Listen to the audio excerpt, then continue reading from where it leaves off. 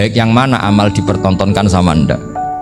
Di sini beliau cerita betapa untuk menjaga ikhlas sebaiknya orang itu tidak terkenal, tidak syuhrah, tidak terkenal. Oke, itu kita sepakat ya, karena kalau terkenal mungkin orang dipaksa publik dengan tanda kutip untuk selalu berbuat baik, tapi karena jaim lah, jaga image atau apa. Tapi ketika dibalik pertanyaannya, kamu rela yang terkenal itu orang nggak benar, sementara yang orang benar itu nggak terkenal. Lalu masyarakat taunya yang tidak benar. Kalau pertanyaannya dibalik gitu, orang baik wajib terkenal enggak? Kalau pertanyaannya dibalik seperti itu, dokter yang benar tidak terkenal, yang malpraktek terkenal. Kamu ingin kondisi seperti itu? Gak ingin kan?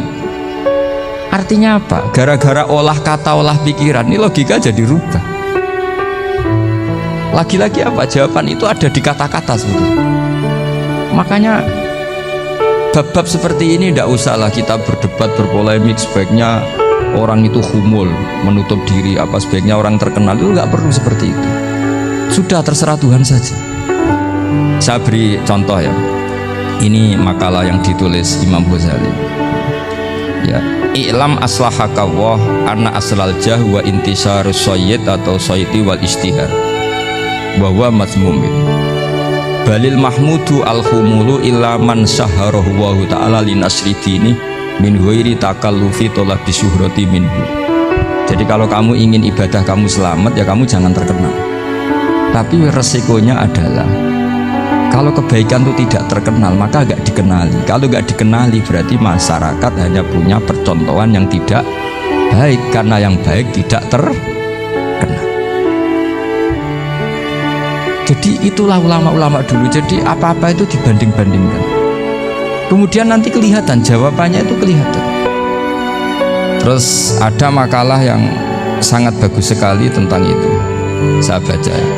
Wa yadullu ala dzalika anna Allah azza wa jalla amaral anbiya'a bi idharil amali lil iktida wa khassahum bi mansibin nubuwah. Wa la yajuzu ayyudhanna bihim annahum khurrimu afdhalal amalen. Jadi orang yang terlalu mendewa-dewakan humul itu menutup diri. Oke, itu baik, karena dengan humul, dengan menutup diri Anda tidak riya, Anda tidak pamer. Tapi kata Imam Ghazali, kamu juga harus ingat, di antara syaratnya Nabi itu harus mengumumkan kalau beliau itu seorang Nabi, harus memaklumatkan kalau beliau seorang Nabi supaya bisa diikuti. Caranya sholat harus diumumkan, sehingga Nabi itu mengatakan harus jamaah. Karena dengan cara jamaah itu bisa shollu kama ra'aitumuni usolli. Coba kalau Nabi sholatnya nggak diperlihatkan, kamu harus sholat yang benar. Caranya gimana ya Rasulullah? Itu rahasia. Bingung nggak kira-kira? Bingung nggak? Ya misalnya amal rahasia selalu lebih baik. Terus ada pertanyaan, Nabi ngendikan kamu sholat yang benar, caranya gimana Nabi? Ya itu rahasia. Terus gimana coba? Tapi Nabi ngendikan apa? Shollu kama ra'aitumuni usolli. Ya sudah, kamu sholat niru saya sholat. Berarti Nabi sholatnya diperlihatkan apa disembunyikan? Diperlihatkan. Jadi begitu juga saya berkali-kali bilang, orang tahu kalau itu bidan ya berdasar tulisan itu bidan. Tahu kalau itu dokter gigi ya itu dokter gigi. Jangan sampai gara-gara tidak ada tulisan mau beli alat bangunan di dokter gigi, mau periksa gigi di toko bangunan. Gara-gara apa? Nggak ada maklum, nggak ada maklumat.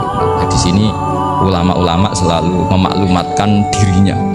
Termasuk Imam Ghazali ketika ngarang kitab dinamai Ihya Ulumuddin, bahwa kitab ini bisa menghidupkan ilmu-ilmu agama yang mulai hilang. Begitu seterusnya.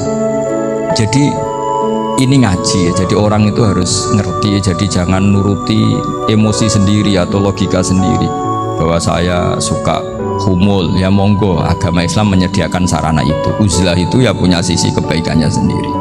Tapi syuhrah terkenal asal tidak nuruti nafsu juga punya sisi kebaikannya sendiri. Setidaknya umat ini punya satu master kebaikan yang mudah diakses. Tapi tadi saya ulang lagi, jangan karena hadun nafsi, jangan karena kepentingan pribadi. Makanya di sini disebutkan wa yadullu ala dzalika ay ala syuhrah anna Allah taala amaral anbiya bi dzaril amal lil iktida. Allah selalu memerintahkan para nabi kalau ngamal kebaikan ya harus dimunculkan supaya bisa yaitu tadi kita tidak bisa bayangkan kan kalau misalnya Nabi menyuruh kamu harus sholat yang benar, kemudian sholatnya Nabi sembunyi. Kalau ditanya, Nabi saya niru siapa? Wah itu rahasia, kamu nggak boleh lihat sholat saya saat takut tidak ikhlas. Ribet kan? Sehingga jamaah itu statusnya tetap harus. Nah bedanya harus ini ulama berpendapat harus yang apa? Fardu kifayah. Tapi fardu itu maknanya harus. Tapi bukan berarti kalau nggak jamaah sholatnya nggak sah, nggak. Tetap tapi statusnya jamaah tetap apa? Nah barokahnya harus ini orang yang baru sholat, sholatnya langsung bener karena ada yang diikutin. Coba kalau mantan dukun baru sholat terus sholat sendiri, itu mesti mirip mantra. Karena dia tidak ada master percontohannya.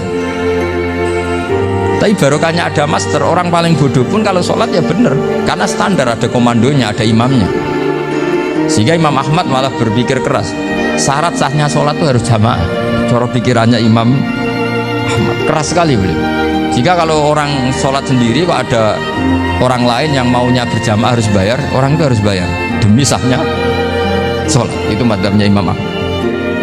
Tapi kalau madzhab Syafi'i hanya mengatakan itu fardu kifayah, yang kalau satu komunitas gak mau melakukan semuanya apa? Dosa. Tak baca lagi biar dapat berkahnya Imam Ghazali. Wa qala qaumun asirru afdalu minal alaniyati. Terus kata sebagian ulama al alaniyah itu afdal minas sirri. Terus diperbandingkan baik yang mana amal dipertontonkan sama anda. Terus kata Imam Ghazali, kalau orang itu bisa jaga tidak riya, maka sebaiknya dipertontonkan karena kebaikan harus yang muncul, bukan yang tidak baik yang muncul.